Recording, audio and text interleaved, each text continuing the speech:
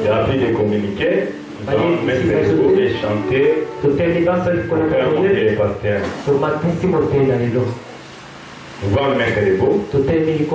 Vous allez m'excuser un peu. S'il y a des visiteurs parmi nous, vous pouvez vous mettre debout. Nous allons vous recevoir dans la joie, dans le nom de notre Seigneur.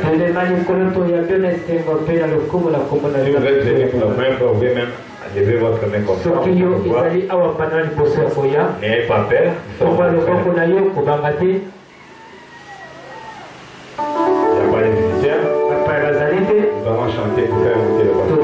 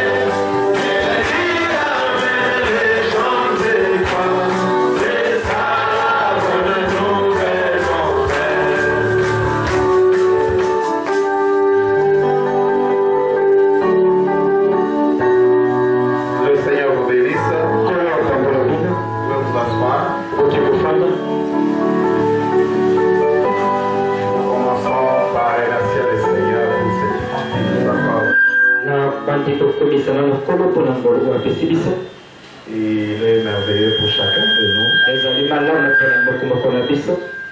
car il nous donne le souffle gratuit de vie. Que Dieu aussi vous bénisse pour avoir bravé les conditions climatiques.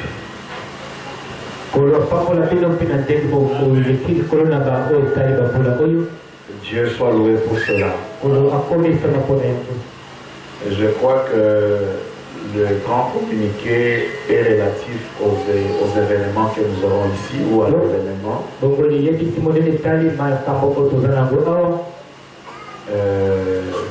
C'est cette semaine qui commence. Ce sera le vendredi, le samedi et le dimanche. Donc il ne faut pas que nous ayons honte quand même. Je suis en train de solliciter votre... à toi personnellement, ne regarde pas quelqu'un d'autre. Il ne reste que... combien de jours? 4 jours. Jusqu'à jeudi. Alors si Dieu peut faire quelque chose d'ici jeudi, toi qui m'écoutes, si tu peux te sacrifier, amener au moins ce montant-là. Alors la commission restauration aura ce qu'il faut. J'appelle le président pour qu'il vienne donner les détails de ce qu'il a sur ce bout de papier.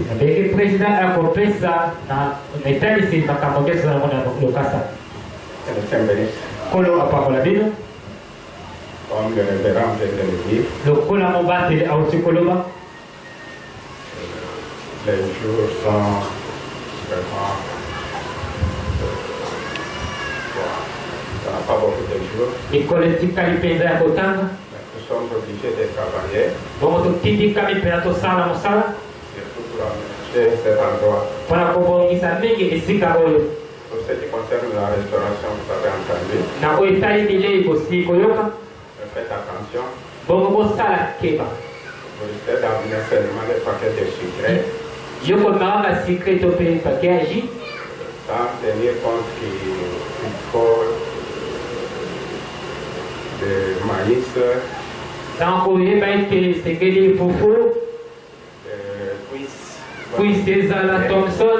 des Thompson. Il faut tirer attention quand vous amenez votre contribution. Pour ce qui concerne l'aménagement de l'endroit, il nous faut d'abord déplacer les tôles qui sont là. Il faut louer des chaises. À peu près dans votre contribution, vos contributions. Alors, faites que nous puissions commencer nos travaux demain. Ce qui est encore grave, c'est quoi? Regardez-moi bien. J'ai 60 ans. Je ne sais plus travailler convenablement, faire des travaux durs. Mon frère Jacques, le président, hier il a travaillé durement. Avec frère Patrick. Les jeunes de l'église absents. Absents. Alors, si demain vous ne venez pas, ça sera vraiment l'échec pour la manifestation.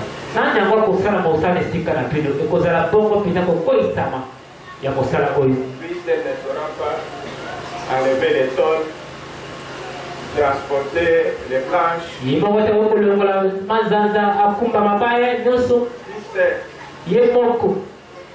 moi je vous dis sincèrement, je ne touche à rien. Rien. Je suis là pour superviser le travail. Ma santé ne permet pas. Alors nous prions nos jeunes d'être là. Nous qui sommes déjà durs. Je pense que nous allons réussir. Comme nous avons foi. La confiance que nous plaçons en notre Dieu. Et la confiance que nous plaçons en vous. Que le Seigneur vous bénisse. Merci, Président. Ça passera. Et Dieu nous assistera. Je le crois fermement. Est-ce que vous le croyez aussi? Oui. Nous allons nous tenir debout.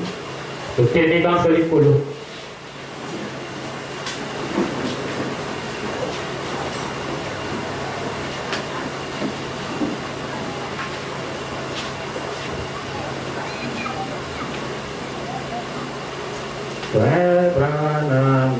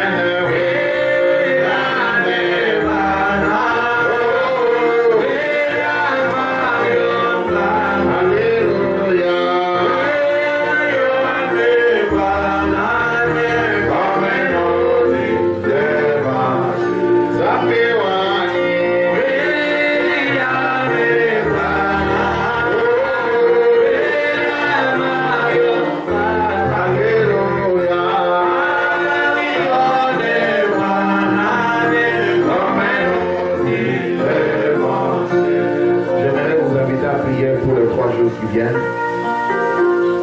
Laissez cela entre les mains du Seigneur. Car le Seigneur Branham a dit, la prière a beaucoup d'efficacité.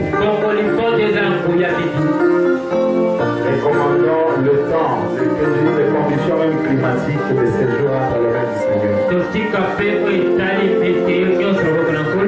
Priez pour les orateurs, pour les invités qui viendront, que tout se passe bien.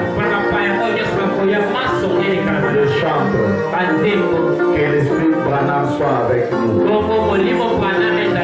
Et surtout que tout soit pour la gloire du Seigneur. Prions le Seigneur.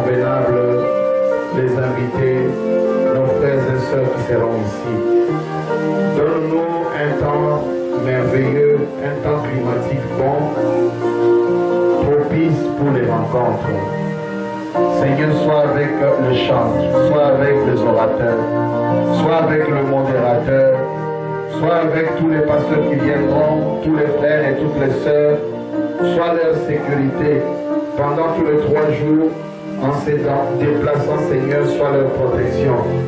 Alors qu'ils feront des va-et-vient, venant, rentrant jusqu'au dernier jour, notre prière est que tu sois leur sécurité. Et s'il y aura de nouveau des gens qui ne croient pas comme nous au milieu de nous, Seigneur, permets que tu puisses ouvrir leur intelligence afin qu'ils puissent croire à cette parole faite chair. Nous prions en recommandant ces 3 journées entre ta main. William, alors Madame le signe éternel. Amen. Dieu vous bénisse. Nous lisons un passage. Galates 6, 7 à 9. Ne vous y trompez pas. On ne se moque pas de Dieu. C'est qu'un homme aura semé, il le moissonnera aussi. Celui qui sème pour sa chair moissonnera de la chair la corruption. Mais celui qui sème pour l'esprit moissonnera de l'esprit la vie éternelle. Ne nous lassons pas de faire le bien, car nous moissonnerons au temps convenable si nous ne nous relâchons pas. Que le Seigneur ajoute ses riches bénédictions à la lecture de la parole. Nous allons parler aujourd'hui de principe de bénédiction. Nous l'avons introduit le le vendredi. Mais avant, j'avais prévu quelques citations sur les événements que nous aurons cette semaine. J'étais à l'internet où il y a au moins 2 frères qui m'ont attaqué. Avec un bel esprit certainement. Pour dire, vous commencez à organiser des réunions de prière pour les anniversaires, vous avez trouvé ça où? Alors il y a eu un petit échange avec les deux, mais gloire à Dieu, à la fin ils ont compris. Et j'ai vu même un autre pasteur intervenir pour essayer d'aider ces frères-là. Alors il m'a posé une question. Je me suis dit peut-être que ces questions peuvent être aussi parmi nous. Parce que vous savez, parmi les frères, il y a toujours des fondamentalistes. Des gens stricts fondamentalistes. Il m'a dit, montrez-moi une écriture où Frère Branham a organisé une réunion pour un anniversaire. Alors je lui ai dit, cher frère, je peux te répondre déjà que j'en ai pas. Je lui ai dit seulement cela, pourquoi il y en a. Mais je lui ai dit, mais j'aimerais que toi tu me donnes une écriture où Frère Branham interdit de le faire. On dit, oh mais non, mais montrez où il dit qu'on peut le faire. On dit, mais je dis qu'il n'y en a pas. Mais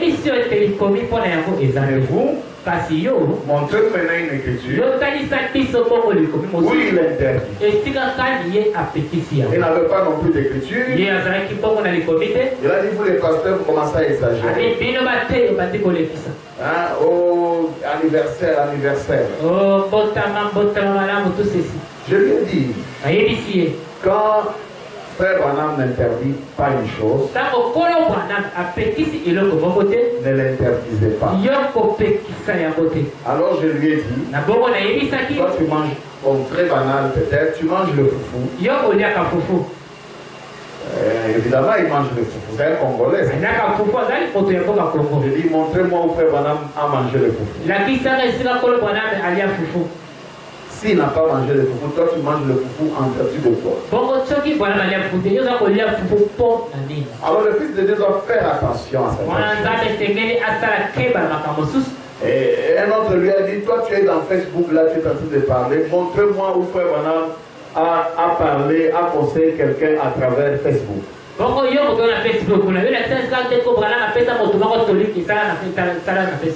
Il n'avait pas très bien compris. Alors il fallait l'aider avec les écritures que nous allons lire. Il y a quelques questions que les gens se posent. Peut-on, la première question, peut-on organiser toute une réunion pour ou à l'occasion d'un anniversaire? Nous lisons dans les réalités infaillibles du Dieu vivant. Ce sont les écritures qui ont été données à ses frères et ses frères ont directement compris.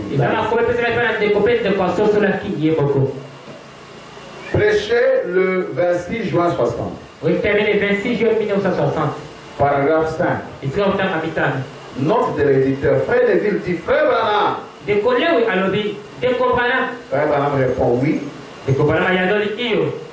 Voulez-vous annoncer qu'à l'occasion de l'anniversaire de Sœur Edith,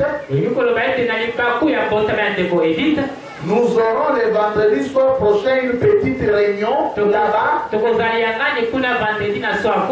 Vous avez écouté ça? Je relis.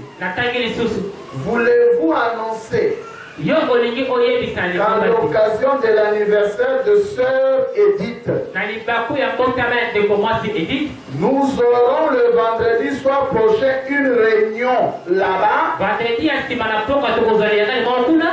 Frère Branham dit, eh bien, c'est très bien. Sœur Edith doit être à un jour de moins, parce que quand vous avez un anniversaire, c'est un jour. Et on va avoir une petite réunion. À l'occasion de quoi? L'anniversaire de qui? D'une sœur. Une sœur de l'église. On organise une réunion. Quand je lui ai donné ça, alors il a dit, bon, c'est bien, j'ai compris. Deuxième question. Peut-on quelqu'un peut-il célébrer son anniversaire ailleurs, dans sa famille? Parce qu'il y a des gens qui disent, est-ce que mon a dit Christ a fêté l'anniversaire? Des gens pareils, est-ce qu'on peut célébrer un cinquantenaire quand quelqu'un a 50 ans? Frère Branham, réfléchissons à nos voix. Du lundi 6 juillet 1959.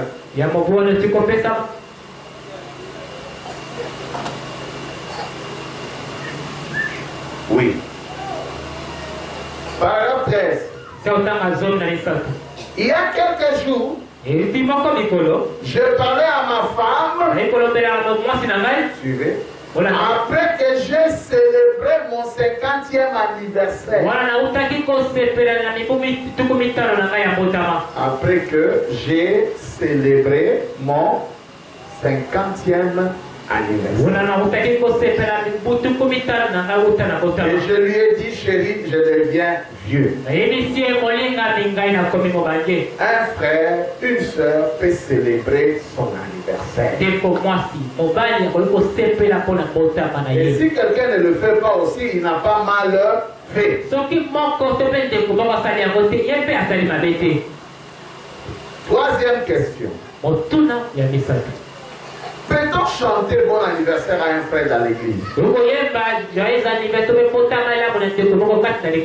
Je parle d'un frère, je prends le frère, je ne parle pas du pasteur. Un frère qui envoie son petit papier, dit que c'est mon anniversaire. Avant de prier pour lui, on commence joyeux anniversaire. Question et réponse. Du 28 juin 59. Paragraphe 200. Ma prière est que Dieu vous bénisse. Lèvons-nous maintenant. Et c'est une belle assemblée. Vous avez été très gentils. Je déteste simplement vous laisser vous tenir comme ceci. C'est encore Edith. C'est l'anniversaire de la petite Edith. Qui est là derrière. Edith, puis-je compter ton... Je vais demander à Neville de mettre ceci pour toi. Approche-toi. Nous allons voir quel âge a cette jeune dame. 38 ans. Dieu te bénisse. David. David, c'est le pianiste. Donne-nous un, je vais dire, Teddy, donne-nous un petit accord. Joyeux anniversaire. Très bien, si tu veux bien. L'assemblée commence à chanter. Joyeux anniversaire. Joyeux anniversaire. Joyeux anniversaire, sœur Edith. Et puis frère Branham dit maintenant que toute la congrégation chante ensemble. Frère Branham n'était pas un homme figé, il était un homme naturel. Il faisait des choses de manière naturelle. Mais il y a des gens qui pouvaient être là. Mais quand l'église va vivre à Edith, On a chanté. Et ce n'est pas un nom, une seule. Et le pianiste de l'église. Il y a des choses qui peuvent scandaliser. Mais c'est la parole. Peut-on offrir des cadeaux à l'occasion de l'anniversaire? Dernière question. On a posé 3 questions. Et pour les questions, toutes les questions que donner l'action. Peut-on organiser toute une réunion à l'occasion de l'anniversaire? Peut-on célébrer le 50e ou un anniversaire? J'ai donné ici. Donc un frère, s'il estime qu'il peut le faire, il est chez lui, il fait le frère chez moi tel jour, je célèbre mon anniversaire, ce n'est pas mon, vous n'avez pas dit, voilà c'est païen. S'il estime n'importe qui, il peut dire, pasteur, je t'invite ou j'invite telle soeur de venir à la maison. Mais il y a des gens très, vraiment radicaux.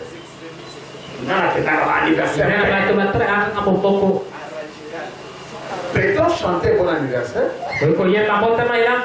Partout, même dans l'église, vous pouvez chanter. Un frère ici, il vient et nous chantons pour lui.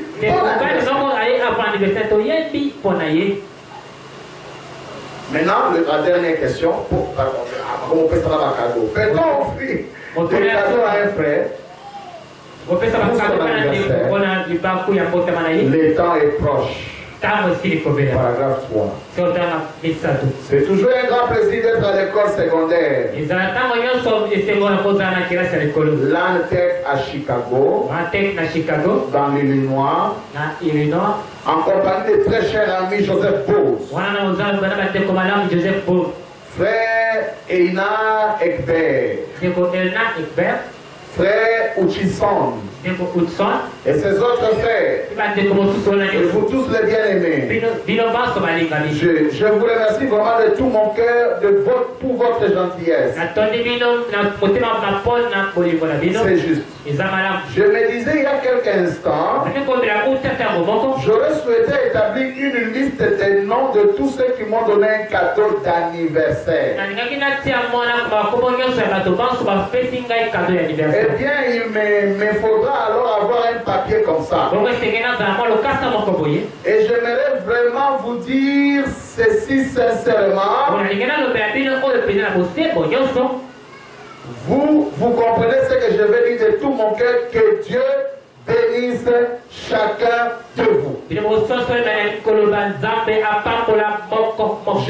train de défaire l'un des petits paquets. Il y a quelques instants, et une petite barboteuse est tombée. Elle était destinée au petit Joseph.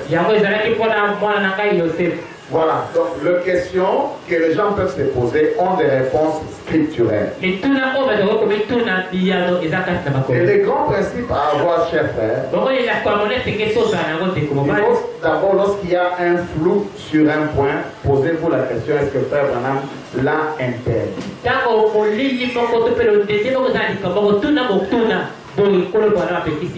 Si ça ne frise pas le bon sens, quelque chose où vous ne comprenez pas, où il y a un peu de flou, si ça ne dérange pas la morale, si ça ne dérange pas les Écritures, c'est correct.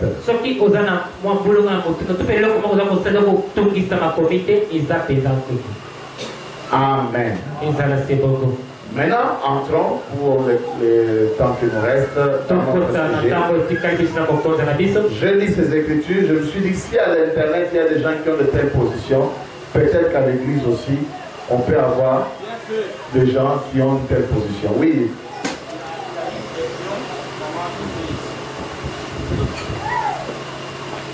Il y a une autre question dans le même sens. Il y a des frères qui se demandent si l'Église peut organiser ou bien constituer un cadeau collectif pour la personne pour qui on fait l'anniversaire.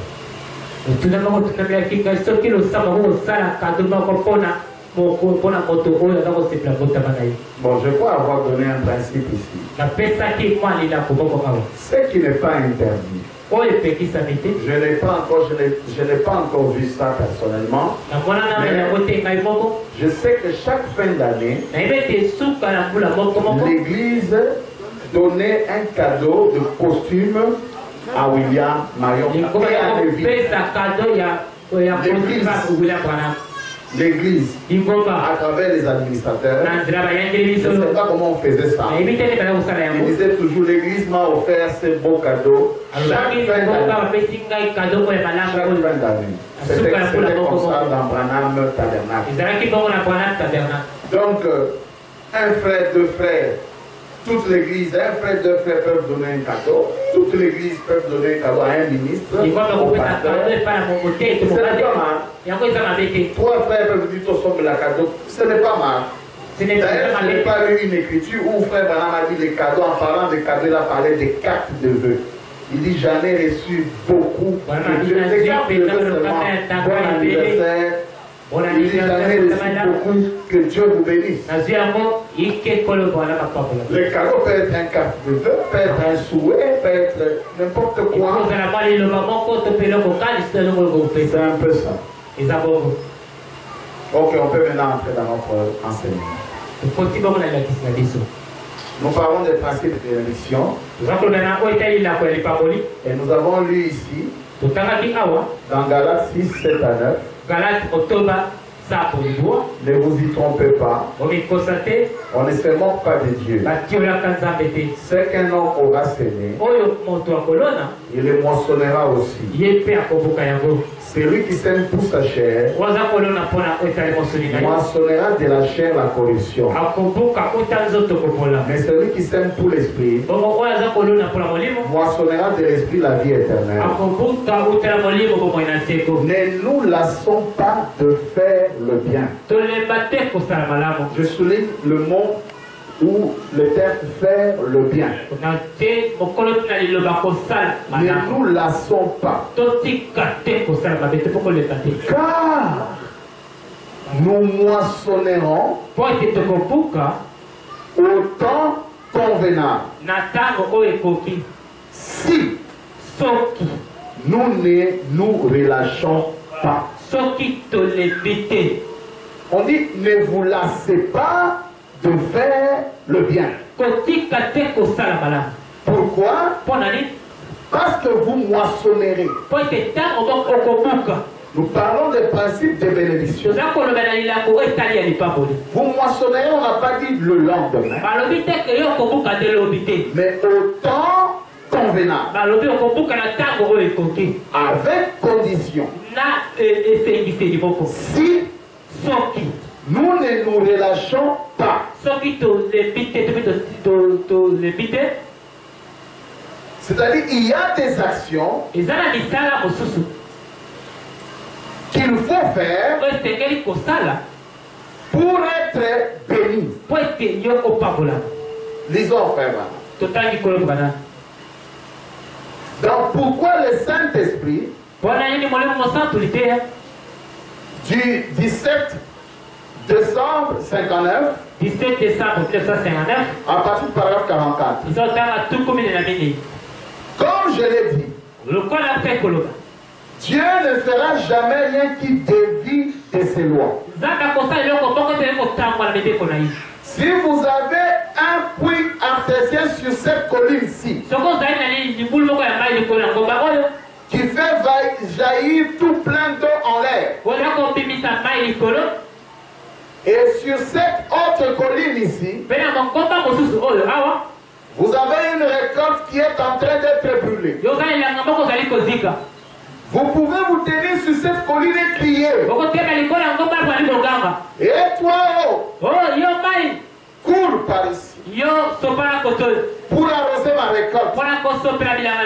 Et toi, va jusqu'à ma récolte. Ça ne marchera jamais.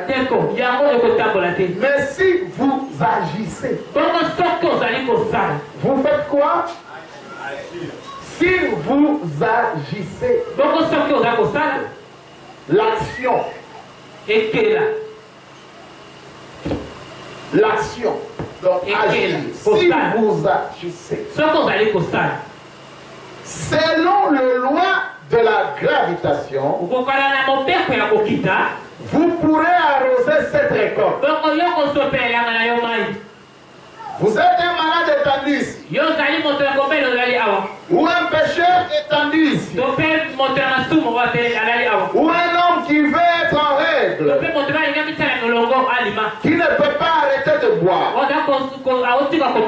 qui ne peut pas arrêter de fumer, qui ne peut pas arrêter de convoiter et tout. Si seulement vous agissez, agir encore selon le loi de Dieu, agir par rapport au loi de Dieu.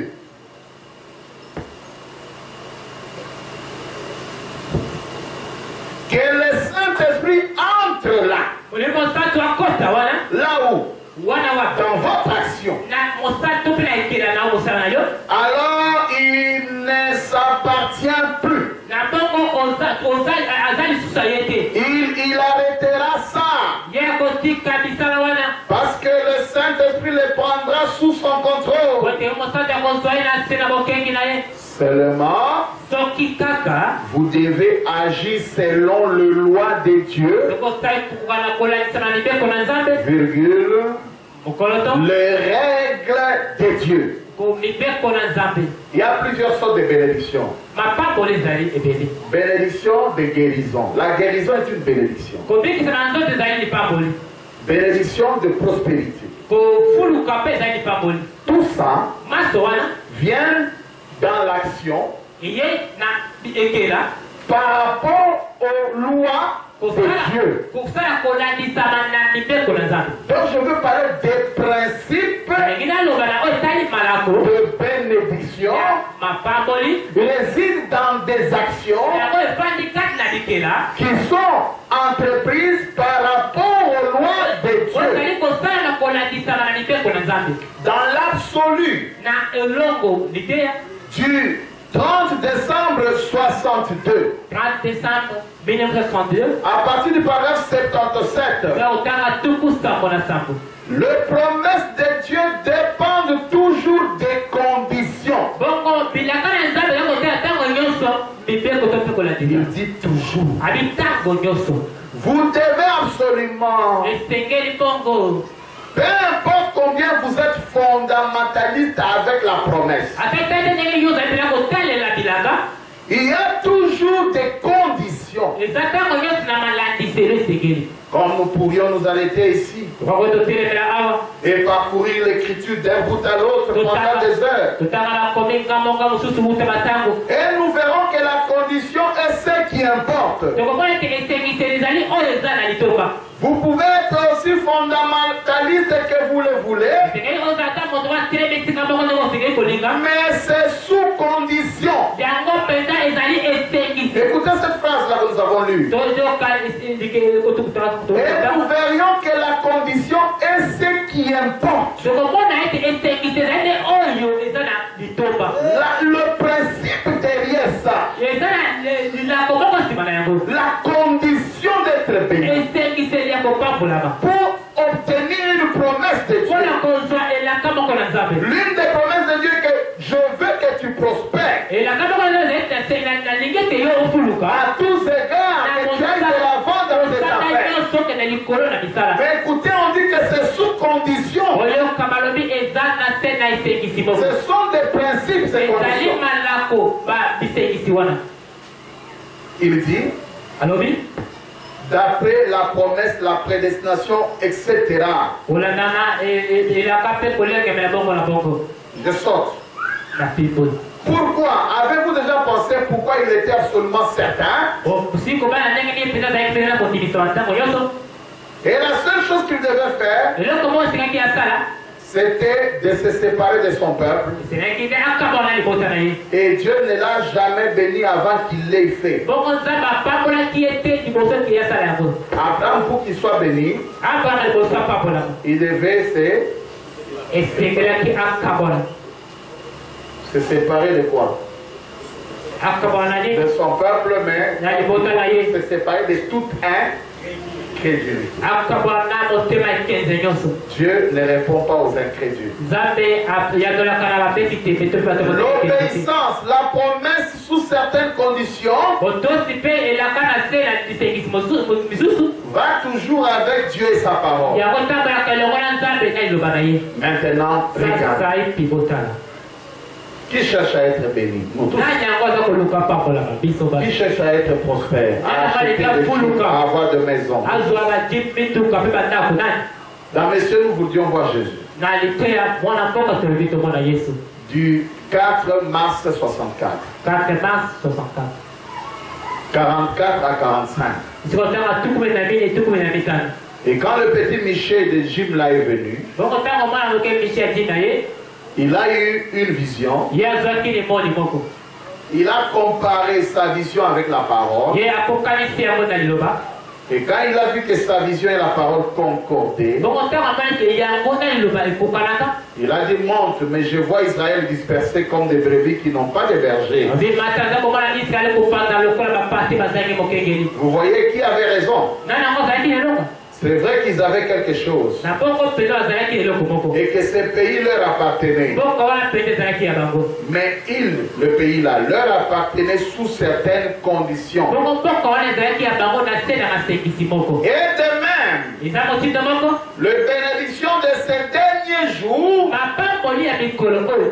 appartient à cette église, mais c'est sous condition. Vous devez remplir ces conditions. Sinon, vous pouvez faire toutes sortes de réunions de guérison.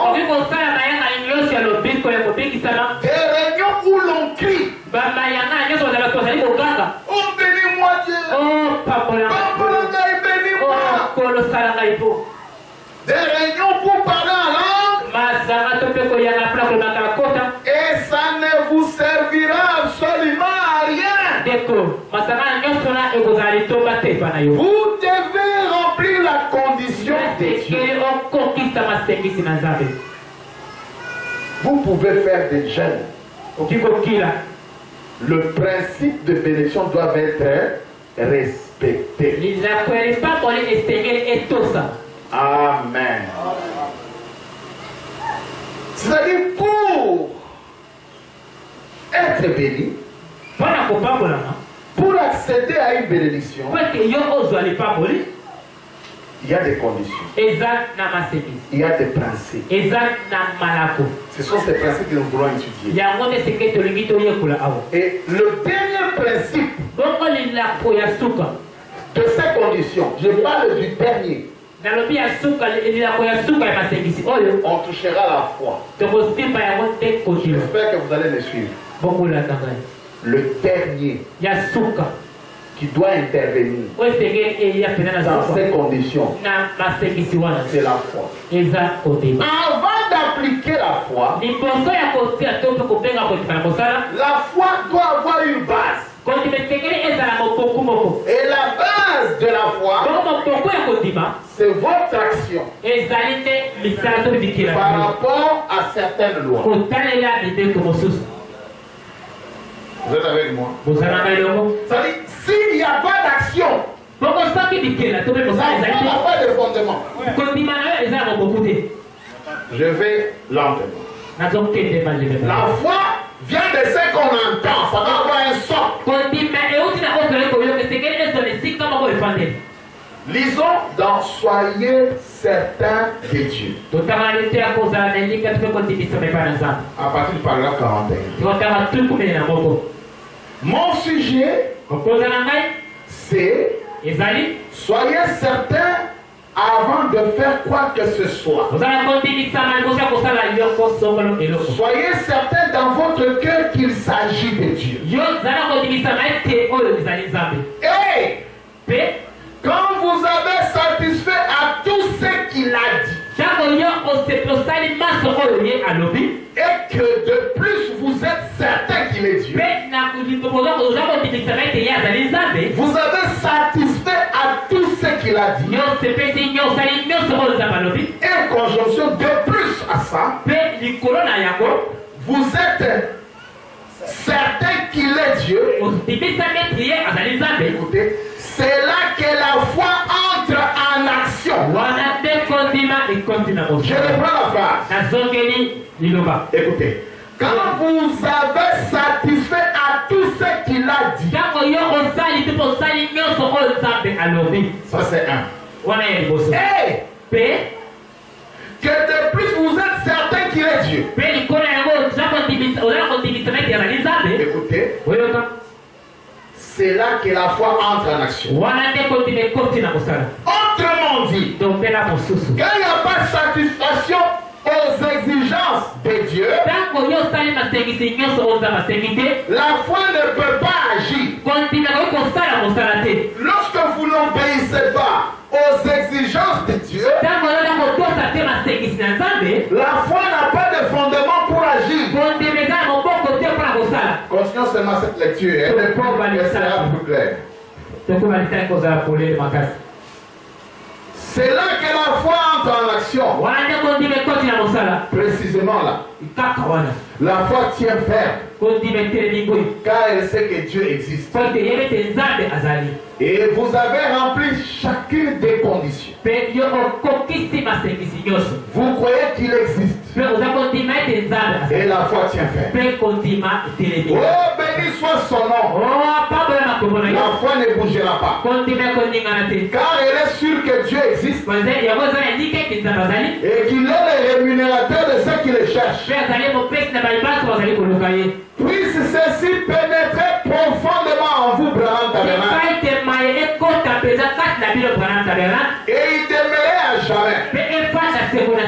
Si vous avez rempli les conditions requises par Dieu, et que dans votre cœur vous croyez qu'il existe, alors Dieu ne fait qu'approuver votre foi. Si vous avez rempli quoi? Les conditions requises. Et ce sont ces conditions que nous appelons le principe de bénédiction. Écoutez, si vous avez confessé vos péchés et satisfait à chacune des exigences de Dieu,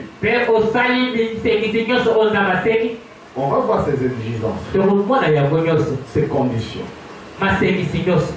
Vous avez satisfait à ça. Et qu'il reste malgré tout silencieux. Souvenez-vous, c'est là où la foi doit maintenant agir. La foi déclare qu'il existe. Premièrement, donc, vous regardez, vous devez satisfaire vos conditions et vos exigences. Même si maintenant il n'agit pas, il reste comment? Silencieux. Alors, appliquez maintenant la foi. Comment vous allez appliquer la foi? Les exigences de Dieu. Vous n'obéissez pas. Vous ne suivez pas les principes. Mais vous dites, j'ai la foi dans vos embaumes. Très bien. Il dit, alors Dieu fait, il dit ceci, j'ai sauté, non. Si vous avez rempli les conditions requises par Dieu, et que dans votre cœur vous croyez qu'il existe, alors Dieu ne fait qu'éprouver votre foi. Car il aime faire cela. Il y a des gens, vous venez vous payer une dîme au pasteur. Juste au moment où vous payez la dîme, on vous vole le reste. Vous allez dire quoi? Mais cet argent, j'ai payé la dîme. Comment on a foutu mon corps On me vole les restes comment? Écoutez, nous réalisons. Puisse ceci pénétrer profondément en vous, Branham, et y demeurer à jamais. Si vous avez rempli les conditions requises par Dieu, et que dans votre cœur vous croyez qu'il existe, alors Dieu ne fait que prouver votre foi. Car il aime faire cela. Si vous avez confessé vos péchés et satisfait à chacune des exigences de Dieu, et qu'il reste malgré tout silencieux, souvenez-vous, la foi déclare qu'il existe. Alors la foi s'y cramponne. Elle ne sait pas de quoi il s'agit, mais elle sait qu'il existe. Elle est certaine qu'il existe. Et rappelez-vous que s'il existe, ces paroles doivent être vraies. Et s'il est exigé de vous que vous vous pliez à certaines conditions, et que vous l'avez fait, il est alors tenu de veiller sur sa parole. Ne faites pas marche arrière en disant je n'ai pas été guéri. Oh toi, médiocre, faible foi, ne croyez pas cela. Si vous avez tout confessé, si vous êtes déchargé de tout, et que vous avez satisfait aux exigences de Dieu, la foi tiendra bon. Rien ne l'ébranlera. Il existe et vous en êtes sûrs. Ceux qui s'attendent à l'Éternel renouvelleront leur force. Ils s'élèveront avec des ailes comme des aigles. Ils courront et ne se fatigueront pas. Ils marcheront et ne se lasseront pas. Attendez. Lorsque vous avez satisfait à ces exigences, votre foi est alors amenée à une confrontation. Donc, il y a d'abord des exigences, comme je le répète. Les exigences, les conditions. Alors la foi doit agir. Mais cette foi sera confrontée. Avec moi, si vous avez rempli, si les conditions requises par Dieu étaient remplies, et vous y avez accordé toute l'attention nécessaire, que vous avez fait tout ce que Dieu exigeait de vous, alors votre foi reposera sur ceci. Dieu existe. Soyez certains de Dieu. Donc, en amont, il y a les exigences. Il y a des conditions.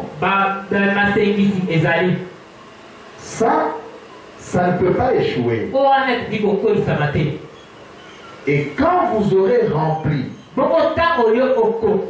ces exigences, et que vous voyez rien n'arrive, maintenant la foi intervient pour vous pousser à persévérer.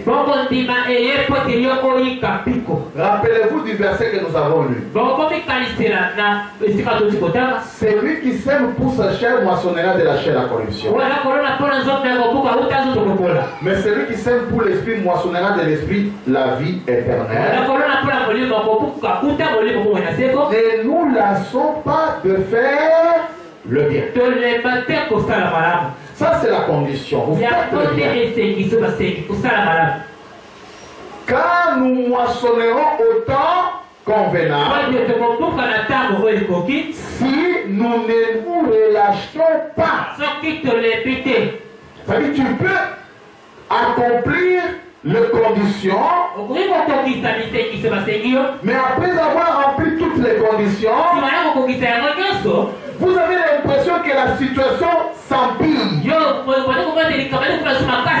avez l'impression que les choses sont encore plus compliquées. Alors Paul dira là, ne nous relâchons pas.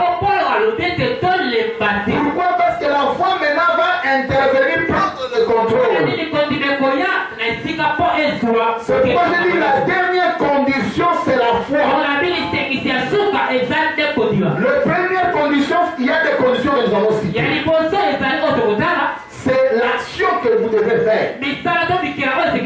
C'est là où il a dit. Donc, il y a une action. Il parle de deux collines. Une première colline, il y a un puits avec de l'eau qui jaillit. Et la deuxième colline, il y a un champ. Frère Branham dit, vous n'allez pas être ici seulement avec la foi, en train de crier l'eau vient. Vous devez d'abord agir selon la loi de la gravitation. Et alors la foi fera que l'eau suive ce que vous avez fait. Donc il y a d'abord des actions. Il y a d'abord des principes qu'il faut suivre. Écoutez, nous allons lire quelques principes dans un passage que les gens connaissent. Nous sommes dans Matthieu 7, 7 à 8. Demandez et on vous donnera. On n'a pas dit on vous donnera. On a dit comment? Demandez. Demander, c'est une action. Vous êtes avec moi? Demandez et on, non pas on vous donnera. On a dit cherchez et vous trouvez. Frappez et on ouvrira. Vous avez demandé. Quel autre verbe? Chercher. Et quoi encore? Frapper. Le toit ici se résume à ce qu'on appelle le travail.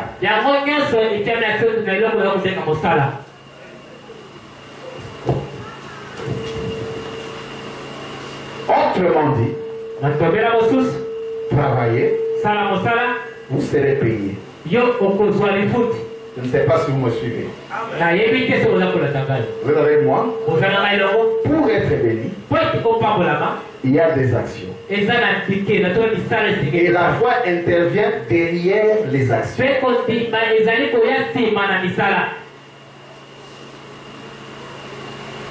D'accord. J'espère que vous me suivez. D'où la première condition, il faut qu'il y ait un travail. C'est le travail qui fera que vous puissiez créer des tuyaux.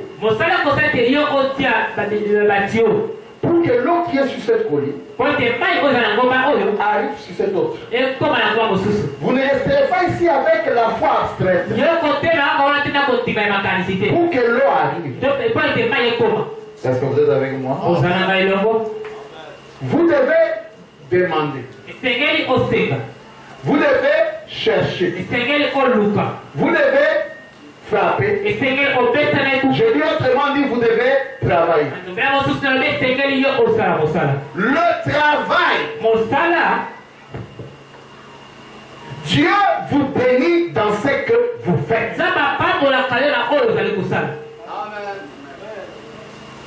Dieu va vous élever par rapport au travail.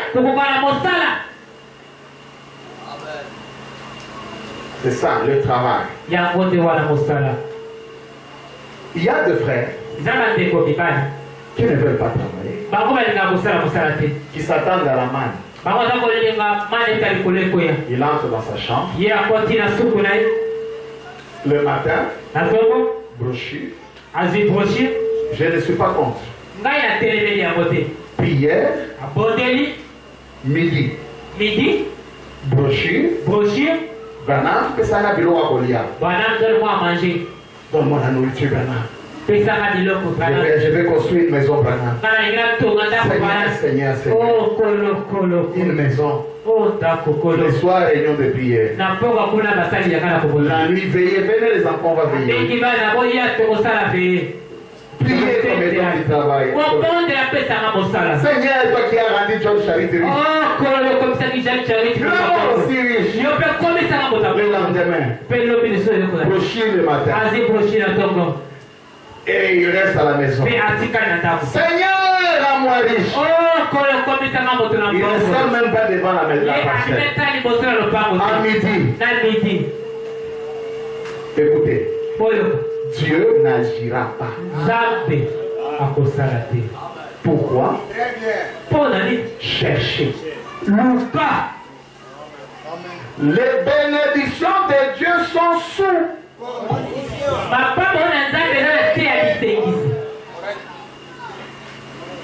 Et la première condition, c'est le travail.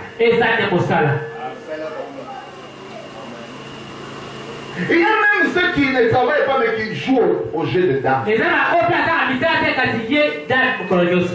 est devenu, il travaille quand même, il est parlementaire debout.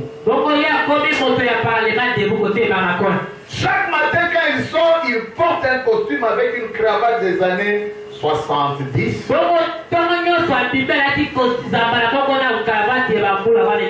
Il met, comment on appelle ça, monnière. Et il est dans un coin debout là.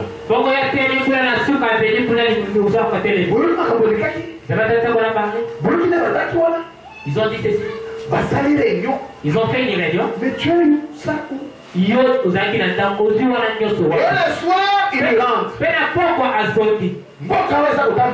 Ces pays ne marchent pas. Ça va marcher comment? La bénédiction de Dieu. Cher Père, s'il y a des travailleurs, ça va être le Branham. Un Branham doit chercher quoi faire. Tu dois avoir quelque chose à faire.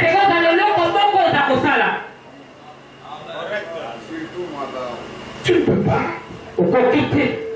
La première condition, demander. Et quoi? On vous donne. Et quoi? Si tu ne demandes pas, tu ne trouveras pas si tu ne cherches pas. Les bénédictions de Dieu sont sous condition. La paresse. Écoutez. Lorsqu'on est réellement inspiré par la parole que nous prêchons, vous pouvez rester, vous ne faites rien, demain vous commencez à faire quelque chose. Et Dieu vous bénit avec ça. N'importe quoi. Qu'il soit légal, évidemment. Parce que tu ne fais rien. Mais tu peux faire quelque chose. Alors Dieu dira, Moïse, qu'est-ce que tu as entre tes mains? On doit faire avec ce qu'on a. Il y en a d'autres, ils n'ont pas de capitaux, mais il a l'intellect. Seulement, il investit déjà dans son esprit. Et il fait quoi? Il agit. Même si ça n'avance pas, la foi fera qu'il persévère et il sera béni. Le travail. Mosala. Un jeune frère ne doit pas être goïgoi. Il est que mobile c'est azala parisité. Attendre la manne. Cause de la manne talikole. Je ne doute pas de miracle. Ngai avec TVT na Le miracle existe. Il y a pas zali pesa solo. La manne fraîche peut encore tomber dans ta chambre. Ngai après vous allez coller et aussi coller to be fufu aussi coller la chambre. Je crois au miracle. Nanti baka na bikabu. Tu vois vraiment un foufou avec la chaleur et quoi il est dans ta peau. Moi je ne limite pas Dieu. Si toi tu crois à ça, je ne veux pas faire obstacle. Quand Soso Thompson est quoi, il balade déjà. Soso Thompson déjà préparé ça. Je crois, moi je ne doute pas de Dieu. Mais le principe de Dieu, c'est que tu dois chercher l'argent pour acheter la farine et préparer le foufou. Le miracle, ça existe. Mais Dieu te donne le principe de bénédiction. Le travail. Oh, Msala Mikolo Isateo. Reste seulement tranquille. Fais quelque chose avec ce que tu avec ce que tu as. Je vais devenir commissionnaire. Je n'ai rien. Bon, qu'est-ce que j'ai fait? Et en faisant, Dieu va. La foi est sous et les bénédictions sont sous. Ne sois pas sur cette colline en train d'appeler l'eau. L'eau vient ici. Cherchez les tuyaux. Faites une canalisation. Écoutez la Bible. Proverbe 6, 6 à 11. On s'adresse aux paresseux. Va vers la fourmi. Paresseux. Va vers qui? Considère ses voies et deviens sage. Elle n'a ni chef, ni inspecteur, ni maître. Elle prépare en été sa nourriture. Elle amasse pendant la moisson de quoi manger. Paresseux. Jusqu'à quand seras-tu couché? Quand te lèveras-tu de ton sommeil? Un peu de sommeil, un peu d'assoupissement, un peu croiser les mains pour dormir, et la pauvreté te surprendra comme un rôdeur, et la disette comme un homme en âme. Un peu quoi? Un peu de sommeil. C'est le diable qui fait ça. Le frère devient seulement plaintif. Alors il commence à critiquer le pouvoir. Il voit le mal partout. Ce pays ne peut pas s'arranger. Mais il ne fait rien. Il ne pense à rien. Alors que Dieu peut transformer ta vie avec un petit rien. Vous voyez le proverbe de la sagesse, un peu de sommeil, un peu d'assoupissement, un peu croiser les mains pour dormir, et la pauvreté te surprendra. La première condition qui doit être soutenue par la foi, c'est ton action qui doit être le travail. C'est la première des choses. La deuxième, puisque les bénédictions sont sous, vous avez vu la première condition. La deuxième, c'est ce que nous avons lu. Faire le bien. que je vais intituler les semailles. Il y a le travail et il y a le sémail.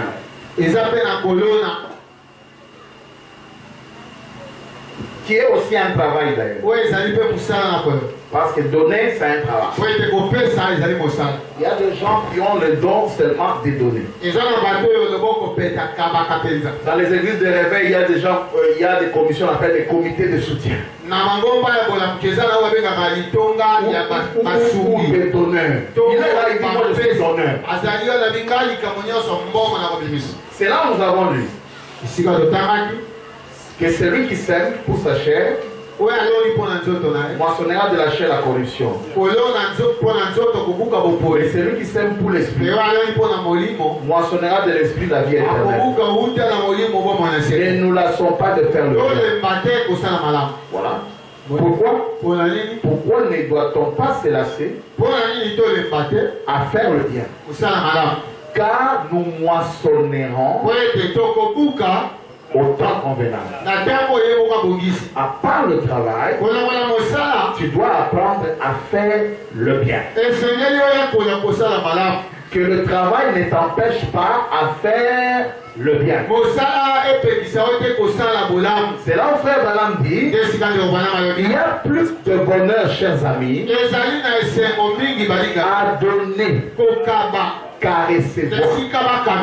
Lisons cela, être conduit. Au paragraphe 8. Mais je me rappelle une petite histoire que je veux vous faire connaître. Un jour, il y avait une veuve.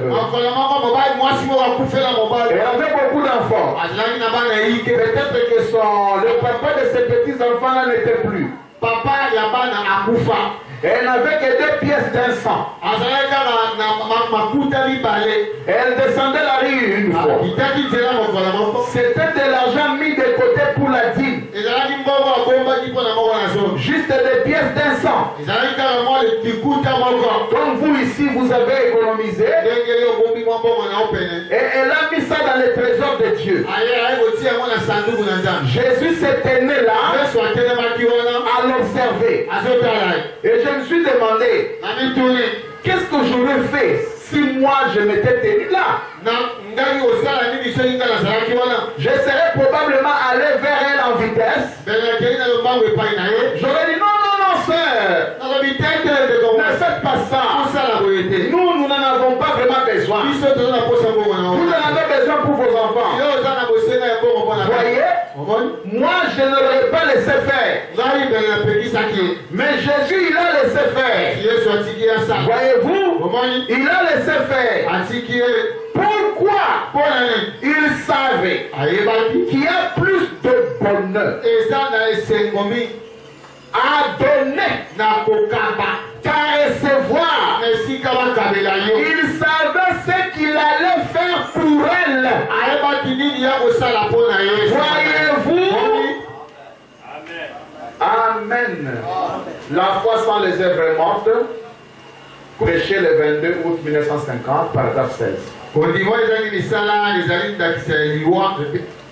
Eh bien, si vous voulez lui écrire, écrivez simplement à John B. Charit, à Phoenix, en Arizona. Ça lui parviendra. Et demandez-en vous-même les témoignages. Eh bien, il imprime des traités et tout. C'est ce que John Charit faisait. Il répand l'évangile partout. Il sera probablement avec nous bientôt dans la campagne. Il y a plus de bonheur à donner qu'à recevoir. Vous connaissez l'histoire de John Charit. Il travaillait.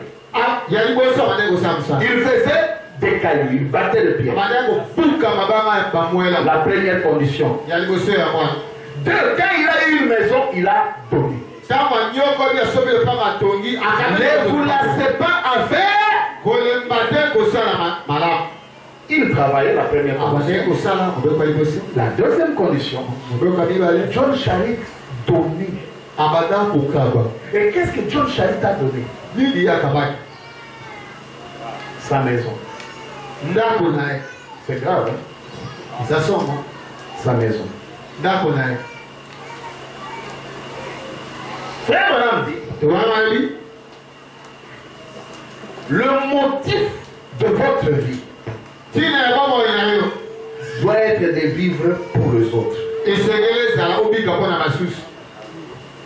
Ça, c'est là où l'évangile commence à devenir amen. Non pas pour vivre pour toi, mais vivre pour quelqu'un d'autre. Apocalypse chapitre 5, première partie. À partir du paragraphe 12. Il y a quelques jours, j'étais assis. Je parlais ici en ville à mon loyal petit ami, un docteur en médecine. Sam Adair. Et il a dit, comment vas-tu dire? J'ai répondu, oh très bien, je pense. Je dis, et toi? Et il a dit, oh, trop de patients. Il a dit, j'ai examiné 15 cas cet après-midi. Je dis, eh bien, tant qu'il ne s'agit que des examens et qu'on ne trouve rien de grave, c'est bien. Je dis, tu sais, nous sommes mis à parler du vieux temps. Quand nous étions des garçons, et je dis, eh bien, Doc, je ne sais pas exactement pendant combien de temps je serai là. Nous sommes tous deux dans la cinquantaine. Et il a dit, c'est vrai, Bill. Je dis, de toute façon, durant toutes ces années, environ 31 ans de ministère maintenant, j'ai gardé mon cœur prêt pour cette heure où il viendra. Ainsi, le moment où il viendra importe peu. Alors il a dit, c'est vrai. J'ai dit, ma plus grande joie, c'est de vivre pour les autres. Il a dit, c'est ça la vie. C'est ce qui rend la vie réelle. C'est quand vous n'en pas parce que vous pouvez faire ou accomplir pour vous-même, mais plutôt ce que vous pouvez faire pour les autres. Vous voyez, c'est à ce moment-là que vous vivez vraiment. Quand vous voyez les autres, ne nous laissons pas à faire le bien. Pensez aux aumônes. Pensez à assister les autres. Ne vivez pas dans un vase clos. Ne pensez pas seulement pour vous et vos enfants et votre femme. La vie devient agréable devant Dieu lorsqu'on partage, lorsque la situation de l'autre te concerne. Et on dit n'hésitez pas à faire le bien. Surtout à ceux de votre maison. J'ai toujours donné l'exemple des occultistes. Ils s'entraident entre eux. Ils se donnent des avantages. Même au tribunal. Si le magistrat, est un occultiste, les prévenus est aussi un occultiste, que tu aies raison ou pas, la décision finale sera pour son frère. C'est ça qu'on appelle une communauté. La Bible dit, celui qui ne fait pas du bien pour ceux de sa famille d'abord biologique est pire qu'un païen.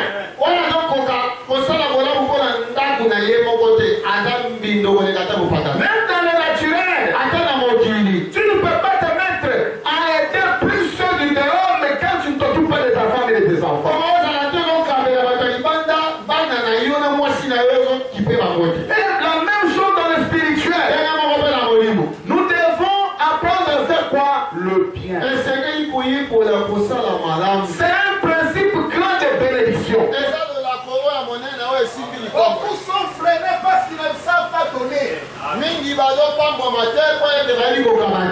savent pas donner aux autres. Ils ne savent pas vivre pour les autres. Ils ne savent pas s'engager pour dire que je veux que ses frères réussissent. Je vais investir dans ses frères. Nous connaissons des frères. Nous connaissons des églises où des hommes d'affaires peuvent se réunir. Ils mettent un capital. Ils cherchent un frère qui souffre. Ils prennent ces $2000, commencent à faire des affaires. Nous allons récupérer petit à petit. Des églises pareilles existent. Il y a plus de joie de vivre pour les autres. Écoutez, tout ce que vous faites pour vous-même disparaîtra dans l'au-delà. Mais c'est ce que vous faites pour les autres qui vous accompagnent. Est-ce que vous m'avez suivi? Ce que vous faites pour vous, ça reste sur la terre. Mais ce que vous faites pour les autres vous accompagnera. Tout celui qui donnera un verre d'eau à l'un de ses petits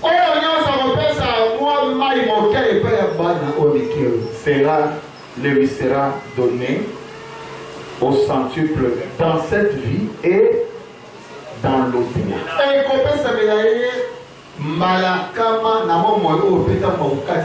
Les Branham doivent faire savoir s'entraider. Regardez comment nous sommes. Regardez comment les Branham, c'est comme s'ils sont divisés. C'est comme dans certaines familles. Quelqu'un, celui qui a réussi dans la vie entre guillemets, qui est devenu comme le pilier de la famille, il veut que tout le monde ne le voit que lui.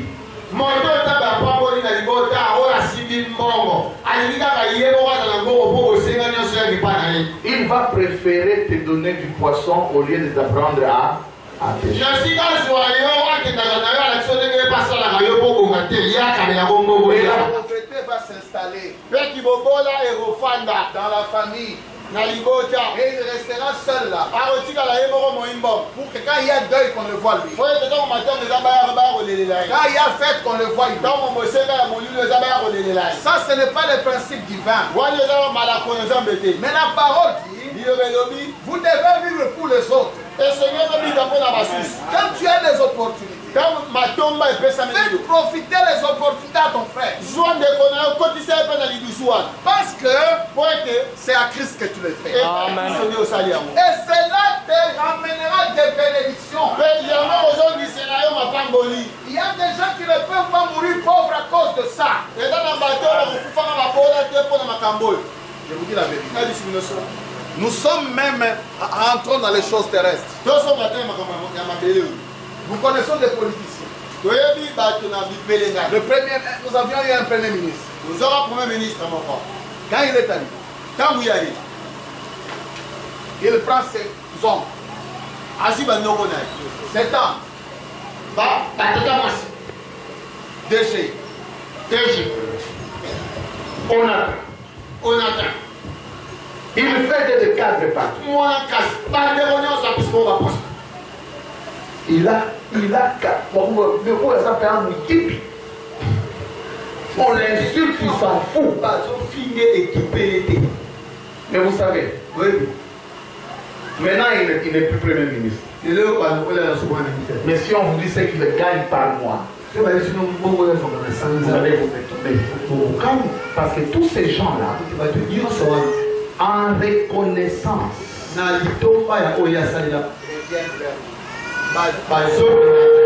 c'est un exemple pour vous montrer comment un bienfait peut avoir un effet quoi? Retour. Lorsque dans la famille biologique, tu es ton petit frère, tu donnes un ton arrière, au cadet. Tu commences à faire voyager ton neveu en Chine. Mais tu ne le fais pas pour eux. Demain, ton enfant voudra aller en Chine. Il ira facilement. Parce que tout ce que tu fais pour l'autre doit avoir un effet. C'est un grand principe de bénédiction que les gens négligent. Vivez pour les autres. Faites le bien aux autres. Faites-le. C'est-à-dire, prends la situation de quelqu'un comme ça.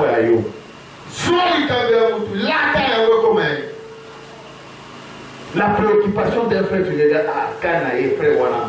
Frère, c'est un problème. Il ne travaille pas. J'en pense à ça devient mon cas. Moi-même, je fais le boulot. Moi-même, où sont de tels frères? Vivant pour les autres.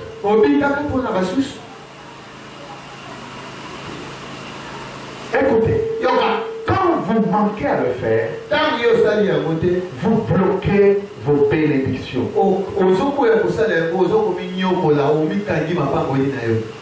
Vous les bloquez. J'ai toujours dit Dieu est un tuyau communicant et non une bouteille.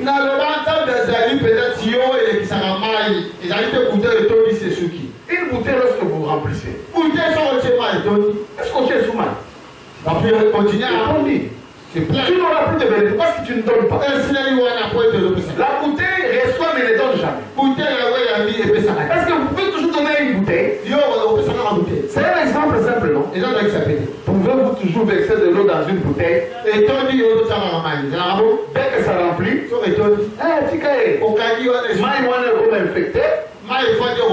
il y aura des moustiques qui vont commencer à être là. Et cette eau-là deviendra inconsommable. Mais mettez un tuyau. L'eau entre ici, l'eau sort là-bas, l'eau entre ici, l'eau sort là-bas. Le bonté de Dieu ne font que se renouveler. Le bénédiction de Dieu ne font que se renouveler. Pourquoi? Parce qu'il reçoit et il donne, il reçoit et il donne. Où je m'en parler? Il donne et il reçoit. Il donne et il reçoit. Vivez pour le autre. Le principe de bénédiction. Le travail et les séminaires. Rappelez-vous, jeune étudiant qui venait de terminer. Vous qui avez terminé les études, on en a beaucoup ici. Dieu vous donnera du travail. Mais n'oubliez pas, vivez pour les autres. Quand tu seras dans ton bureau, il y a une occasion de travail. Tu ne le dis pas. Mais tu sais que, au moment où tu t'assois, tu as des frères qui sont des chômeurs. Tu sais que toi, tu peux trouver de l'emploi.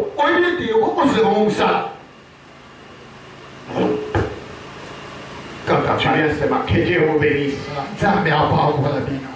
Tu entends la prédication du termine. Que Dieu vous bénisse. Les frères chômeurs.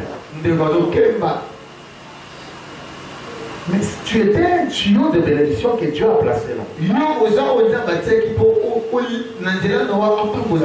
Par toi, tu es un tuyau communicant de bénédiction. Quand tu seras dans ton bureau, quand tu trouveras de l'emploi, le secret, vivez pour le d'abord, ta famille, biologie, esprit, Frère Branham dit ceci. Un frère ne peut pas aller faire le bien dans une autre église locale. Alors qu'il ne le fait pas dans son église. Ça ne peut pas se faire. Tu es un membre ici. Aucune église bon. On a besoin de tôles. On dit d'accord. Je donne 25 tonnes, je donne. Natosi 25 tonnes. À 3 mètres, 3 mètres. Frère, frère, mais pas dans les autres. Chez toi, vous les avez de l'autre.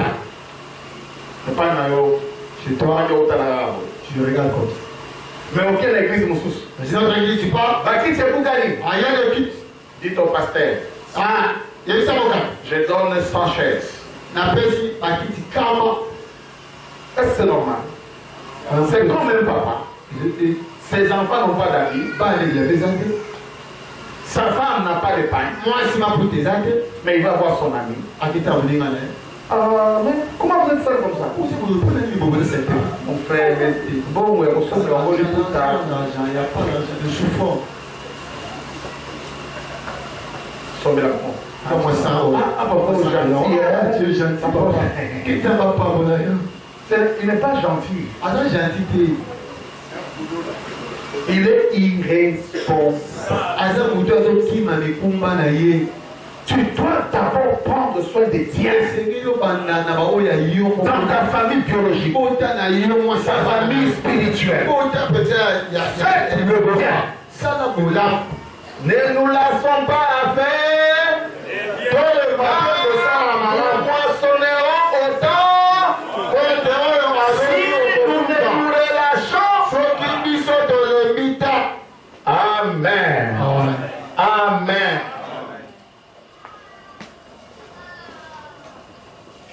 Si nous ne nous relâchons pas, ceux qui te limitent. Donc il faut savoir vivre pour les autres. Il faut savoir faire des dons et des choses pour les autres. Amen. C'est ça la loi de Semaï. Et la loi de Semaï encore, on termine par là. On va continuer après les festivités. Vous savez qu'on a commencé un peu en retard. Quelques exigences encore de Dieu. Obligation de Dieu. Dieu a mis de lois. Vous connaissez. Dieu a parlé des offrandes et des dîmes. Derrière ça, il y a certainement dans Dieu mal compris. On pose la question à Frère Branham. Est-ce qu'un chrétien n'ira pas au ciel parce qu'il ne paye pas la dîme? Paragraphe 45, Frère Branham dit: je ne pourrais pas répondre oui ou non. Mais je crois réellement que tout chrétien est tenu de payer ses dîmes. Car c'est un commandement du Seigneur. Et celui qui garde ses commandements afin d'avoir le droit d'entrer. Comment il a répondu? C'est compliqué. Il dit: je ne saurais dire oui. Mais c'est un commandement de Dieu. Et il faut garder le commandement pour au paragraphe 146, non, question 146 plutôt. Frère Branham, ne pensez-vous pas que chaque personne qui prétend être chrétienne se doit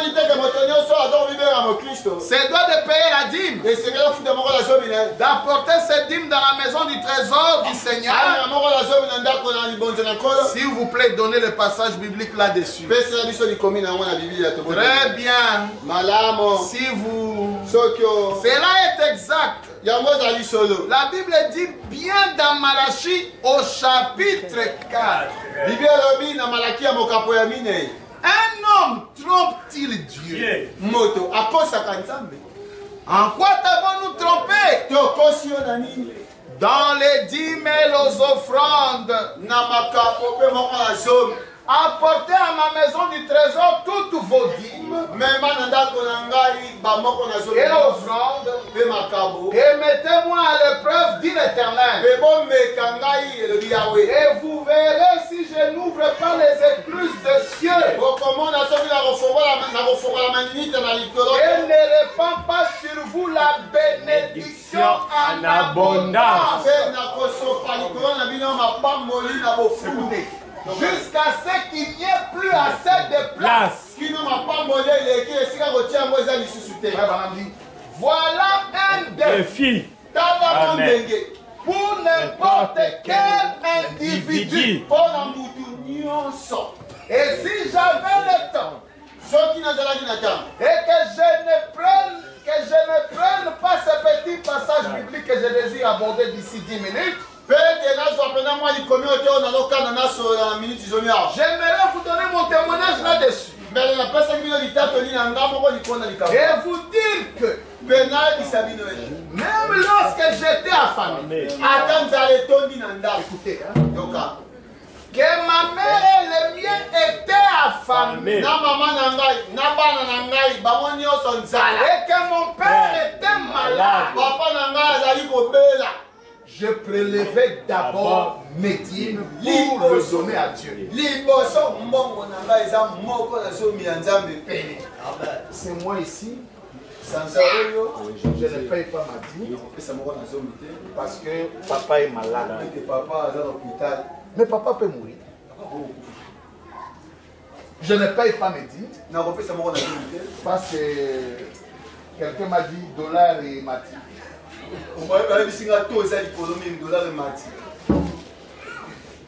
Quelqu'un m'a dit salaire comme Mouké pasteur, quelqu'un de l'extérieur. Salaire de Zouaka, ils ont $60, comme $30. Et puis le problème,